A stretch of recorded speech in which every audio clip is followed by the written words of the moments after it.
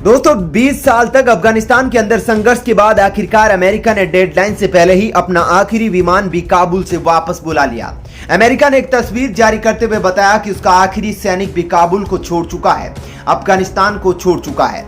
लेकिन अमेरिका की इस प्रकार से अफगानिस्तान को छोड़ने के बाद केवल उसको नुकसान नहीं हुआ, बल्कि अफगानिस्तान के साथ साथ दुनिया भर में संकट के बादल छा गए हैं। अमेरिका की इस प्रकार से वापसी के बाद सवाल उठने लगे हैं कि बाइडेन सरकार ने तालिबान के साथ कहीं डील तो नहीं की। कुछ लोगों का मानना है कि अमेरिका के इतिहास की सबसे बड़ी चूक है यह अमेरिकी वापसी। अमेरिका के 85 बिलियन डॉलर के हथियार अमेरिका की इस गलती के कारण तालिबान के गलत हाथों के कब्जे में आ गए हैं। हालांकि इस सवाल पर अमेरिका के द्वारा कहा जा रहा है कि उसने अफगानिस्तान को छोड़ने से पहले अपने सारे हथियारों, विमानों, एयरक्राफ्टों को निष्क्रिय कर दिया है। इस प्रकार से देखा जाए तो अमेरिका ने जाते जाते अफगानिस्तान को बहुत ही बड़ा झटका दिया, उसके मुंह पर तमाचा मारकर उसकी सारी खुशी को छीन लिया। लेकिन अमेरिका की यह बात कहां तक सच है, और खुद अमेरिका के विशेषज्ञ बता रहे हैं कि आखिर अफगानिस्तान को छोड़ना अमेरिका के लिए कितना घातक है, वे उनकी जुबानी ही जान लेते हैं। क्या अमेरिका के द्वारा अफगानिस्तान में छोड़े गए निष्क्रिय हथियार फिर से यूजेबल हो सकते हैं, या फिर से तालिबान इनको लड़ाई के लिए तैयार करवा सकता है? इन तमाम सवालों के जवाब आपको इस वीडियो के अंदर मिल जाएंगे। और अमेरिका के जाने का फायदा सबसे ज्यादा किस देश को हो रहा है, किसको हो रहा है, यह भी आप जान पाएंगे। लेकिन उससे पहले आगे बढ़े, आपसे एक विचार जानना चाहते हैं कि क्या अमेरिका की वापसी भविष्य के अंदर दुनिया के लिए बड़ा खतरा पैदा करेगी, या तालिबान सुधर जाएगा? इस पर अपना विचार जरूर बताइएगा। जैसा कि दोस्तों, तालिबान ने अब पूरी तरह से एयरपोर्ट और दूसरी जगहों पर कब्जा कर लिया है। एक सवाल जिसने कई बड़े देशों को चिंता में डाल दिया है, वह है 85 बिलियन डॉलर का। इसका जवाब अभी मिलना बाकी है। अफगानिस्तान में मौजूद अमेरिकी सेना के एयरक्राफ्ट, हेलीकॉप्टर और खतरनाक हथियारों की कीमत 85 बिलियन डॉलर बताई जा रही है। अमेरिका ने दावा किया है कि उसने तालिबान के हाथ लगे अपने अत्याधुनिक एयरक्राफ्ट, बख्तरबंद गाड़ियां व रॉकेट डिफेंस सिस्टम को निष्क्रिय कर दिया है।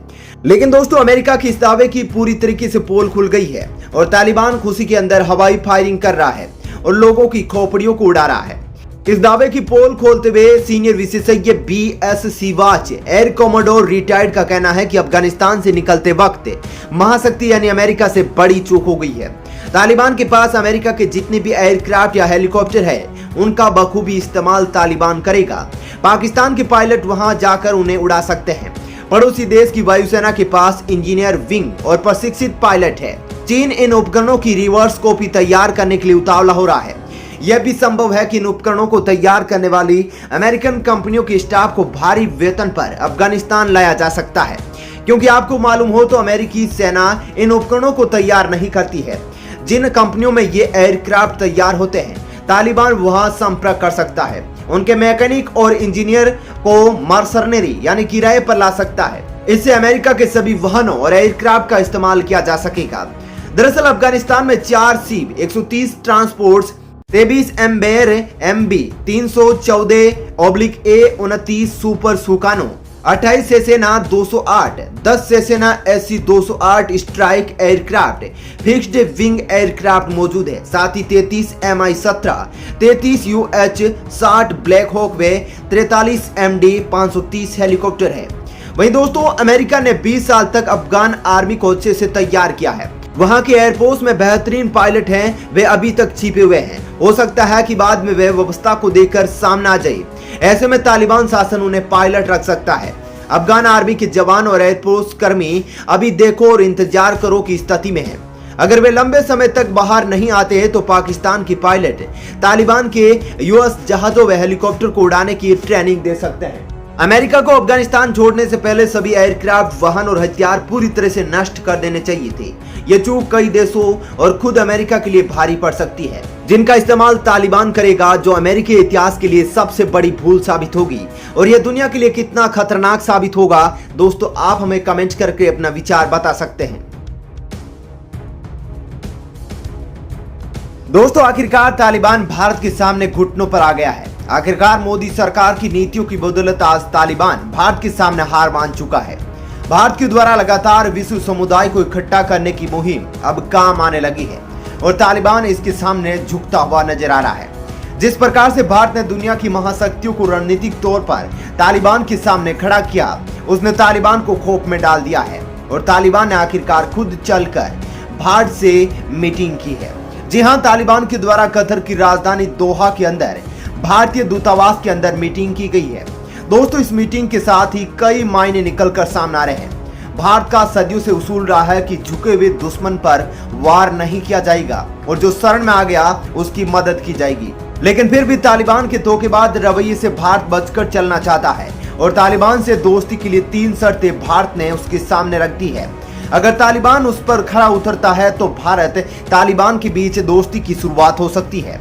दोस्तों, आपको क्या लगता है कि अब भारत को तालिबान के साथ दोस्ती करनी चाहिए या भारत को एक बार फिर अफगानिस्तान के अंदर विकास कामों को बढ़ावा देना चाहिए? इस पर आपका क्या मानना है, जरूर बताइएगा। दरअसल दोस्तों, अफगानिस्तान से अमेरिकी सेना की वापसी और तालिबान के हाथों में सत्ता आने के साथ ही भारत ने भी अपने कूटनीतिक हितों के हिसाब से कदम उठाना शुरू कर दिया है।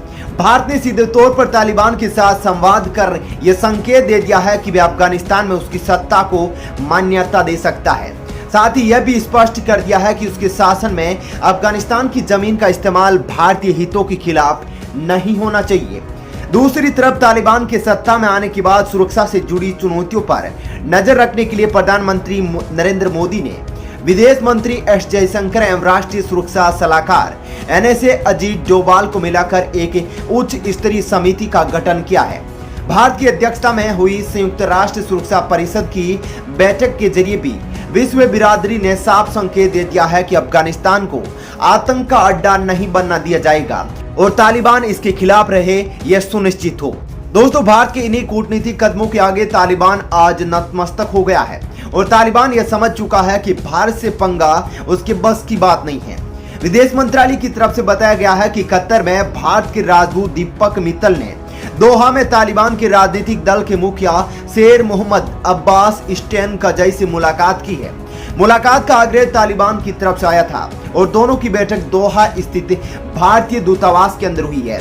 इनके बीच अफगानिस्तान में फंसे भारतीयों की सुरक्षा, संरक्षा और उनकी शीघ्र वापसी को लेकर बातचीत हुई है। अफगानिस्तान के अल्पसंख्यक जो भारत आना चाहते हैं उस बारे में भी वार्ता की गई है। भारतीय राजदूत ने तालिबान के सामने अपनी शर्तों को रखा है। अफगानिस्तान की जमीन का इस्तेमाल भारत के खिलाफ किसी भी आतंकी गतिविधि के लिए नहीं होना चाहिए। साथ ही भारत ने यह भी संकेत दिया है कि अफगानिस्तान में किसी भी सूरत में भारत विरोधी गतिविधियों को संरक्षण नहीं मिलना चाहिए।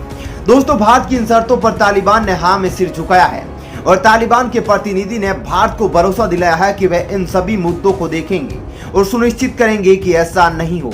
विदेश मंत्रालय ने जिस तरह से तालिबान के नेता के साथ भारतीय राजदूत की मुलाकात पर आधिकारिक बयान जारी किया है, उससे साफ है कि अब भारत काबुल की सत्ता पर तालिबान के काबिज होने के बाद ज्यादा व्यवहारिक दृष्टिकोण के साथ आगे बढ़ेगा।